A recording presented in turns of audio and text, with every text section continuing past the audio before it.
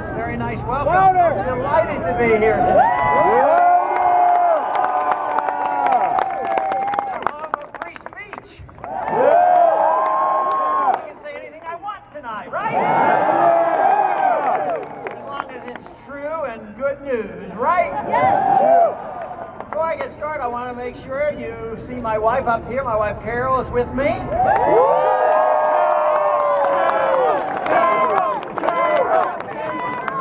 Grandchildren with us. Linda, who's a college student. But it is wonderful to see such a nice crowd come out and come to hear a politician speak. But I hope I'm different than the other politicians. That's what I'm hoping.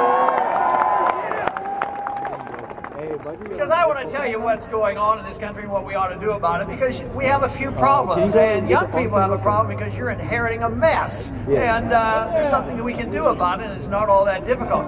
I am convinced that we've gotten into the mess in this country basically because we have sent too many people to Washington that either can't read or didn't understand the Constitution.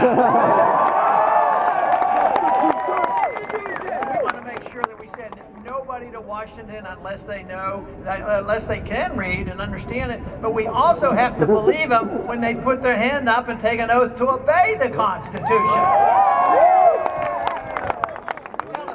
you what, if we'd had that for the last 40 or 50 years, our government would be very much smaller. For instance, take the conditions of war. We haven't had a declared war since World War II. We were attacked, we declared war, fought the Germans, fought the Japanese, and it was a major ordeal in about less than 4 years. How long we've been in Afghanistan? Way too long. But we've been going to war without declaration. We were in Korea and Vietnam and dozens of other places. Today, you might have read the news. We just put some troops in Australia. I don't know what we're doing with it. We don't need to have more troops spread around the world. We're already in 150 countries. We have 900 bases. I think if we have a military, which we should have, we should defend this country. We shouldn't be the policemen of the world.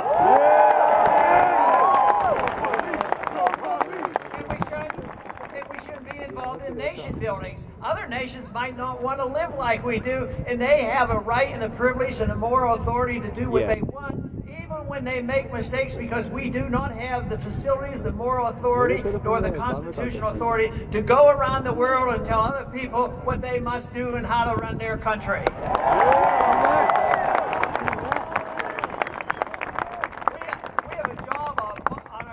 Enough just trying to straighten out our own government, let alone trying to straighten out the governments around the world.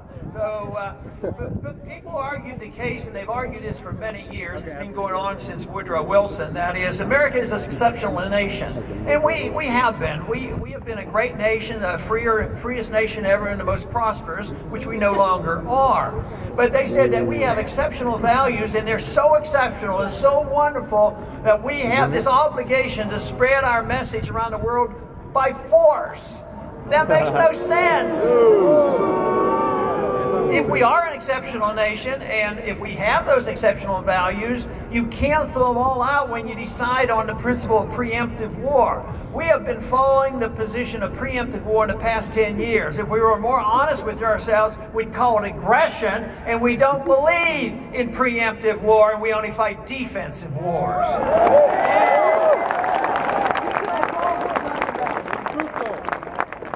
Wars have been going on in the last 10 years.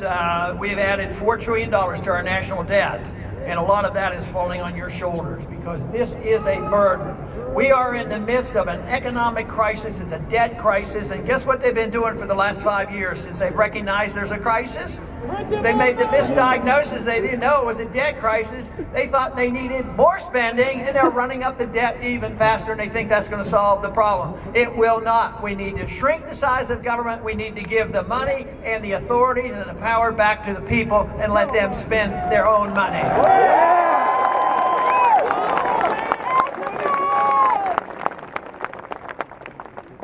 This has been going on now for more than 50 years, and it's been very, very tragic for us. If you think of all the money and all the lives lost and all the injuries and penalties since World War II, because no war has been declared since World War II, I mean, it could add up into trillions and trillions of dollars.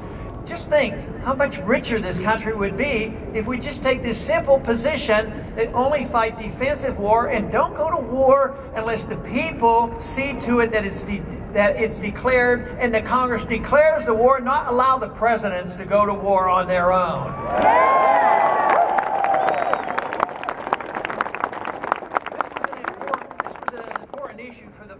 And this is why they put it into the Constitution that the executive branch could not go to war without a declaration.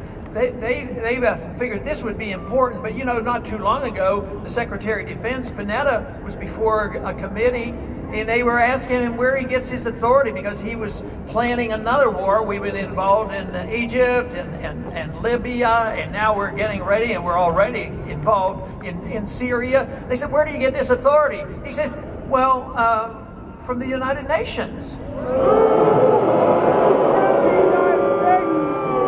I wonder if anybody can discover which part of the Constitution that's in. Let me know what it is, because it's not true. It's not true. They do not have this authority, and the United Nations can't make those decisions, and we shouldn't allow them. Matter of fact, the United Nations and the NATO charters explicitly say that this does not mean that you go to war without it going back to the U.S. Congress and the Congress making a decision. But nevertheless, they just go and they do these things, believing that it will be ignored, and it has been ignored for a long time. So much of what we have been doing, the spending, the money, the running up of the debt, the violations of civil liberties, and the involvement overseas, has been ignored because we have been a super wealthy country. And all we have done, and so often, is we have way too much compromising in Washington. We have compromising between the right and the left, and the conservatives and liberals, and they come together and they agree to keep spending more money. I'll spend money on your projects, you spend money on my project. And they've got away with this for a long time, and we kept re-electing the same people to the Congress with spending all this money. But guess what? Something happened in the last few years, especially about 5 years ago. It's been discovered that we're broke. And we're broke, and there's nothing there. And therefore, the arguments and the tenacity that they're fighting over this shrinking pie, a pie that's practically gone, is never ending. They can't solve the problem because all they're going to do is fight over it. They will not entertain the thought that maybe government is out of control. Maybe we need to rein in the government and allow the people to keep the fruits of their labor and not have to turn it over to the government.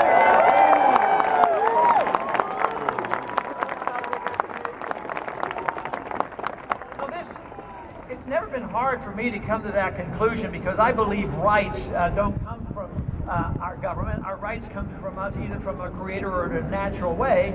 So if we have our lives as a gift to us, and we have our liberties as a gift, why wouldn't it be natural to think that if it's our life and our own liberty, why shouldn't we be able to keep the fruits of our labor?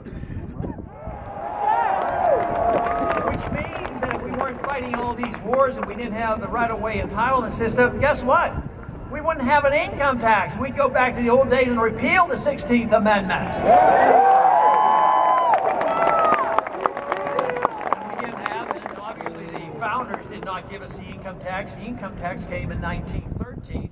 Of course, along with another little system that they invented in 1913. And I know you have never heard of what I'm talking about. But they came up with this Federal Reserve System. What in thunder is that all about?